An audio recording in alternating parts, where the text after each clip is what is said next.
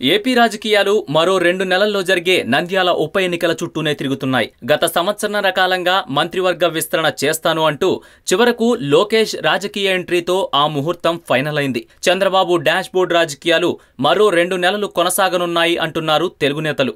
ఫిరాయింపులను చేర్చుకోవడానికి ఉత్సాహం చూపించిన బాబు మరి ఇప్పుడు నంద్యాలను ఎలా ఎదుర్కొంటారో చూద్దామని జగన్ కూడా ఆచితూచి అడుగు వేస్తున్నాడని, ముందు మాత్రం భూమా కుటుంబానికి సీటు ఇస్తే ఇక పోటీ నుంచి వెనక్కి తప్పుకుందాము అనేది జగన్ ప్లాన్. కానీ వైసీపీ నేతలు, నాయకులు, సీనియర్లు మాత్రం ఆ సీటు వదలొద్దు, మనం పోటీకి నిలబడదామనే ఆలోచనలోనే ఉన్నారు. దీనిపై కాస్తంత వైసీపీలో కూడా అనిశ్చితి నెలకొంది. అయితే శిల్ప మాత్రం నంద్యాలలో పోటీ చేయాలని డిసైడ్ అయ్యారు.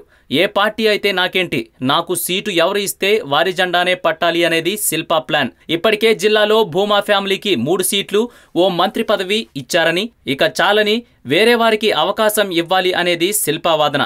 ఒకవేళ సీటు శిల్పకు ఇస్తే నంద్యాల ప్రజలు టీడీపీకి వెన్నుపోటు పొడుస్తారేమో అనేది చంద్రబాబు వేదన. అందుకే భూమా సోదరుడి కొడుకు బ్రహ్మానందరెడ్డికి సీటు ఇవ్వాలని, ఆ విషయాన్ని వారం ముందు ప్రకటిద్దామనేది చంద్రబాబు ఎత్తుగడ. కానీ శిల్ప భూమా ఫ్యామిలీకి సాయం చేయడు అనేది టీడీపీకి తెలిసిన సత్యం. తాను ఇండిపెండెంట్ గా అయినా నంద్యాల బరిలో ఉంటాను అని శిల్ప చంద్రబాబుకు చెప్పడం, దానికి చంద్రబాబుకు చిర్రెత్తుకు వచ్చి గెట్అవుట్ ఫ్రమ్ హియర్ అన్న వార్త సోషల్ మీడియాలో వైరల్ అయింది. దీంతో శిల్ప కంగుతిన్నారట.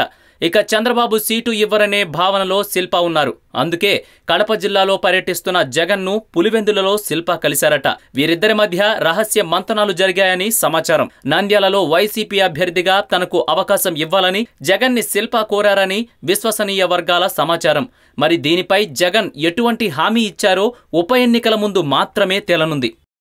ఈ వీడియో మీకు నచ్చినట్లయితే లైక్ చేయండి, షేర్ చేయండి. మరిన్ని అప్డేట్స్ కోసం మా జనహితం టీవీని సబ్స్క్రైబ్ చేయడం మాత్రం మర్చిపోకండి.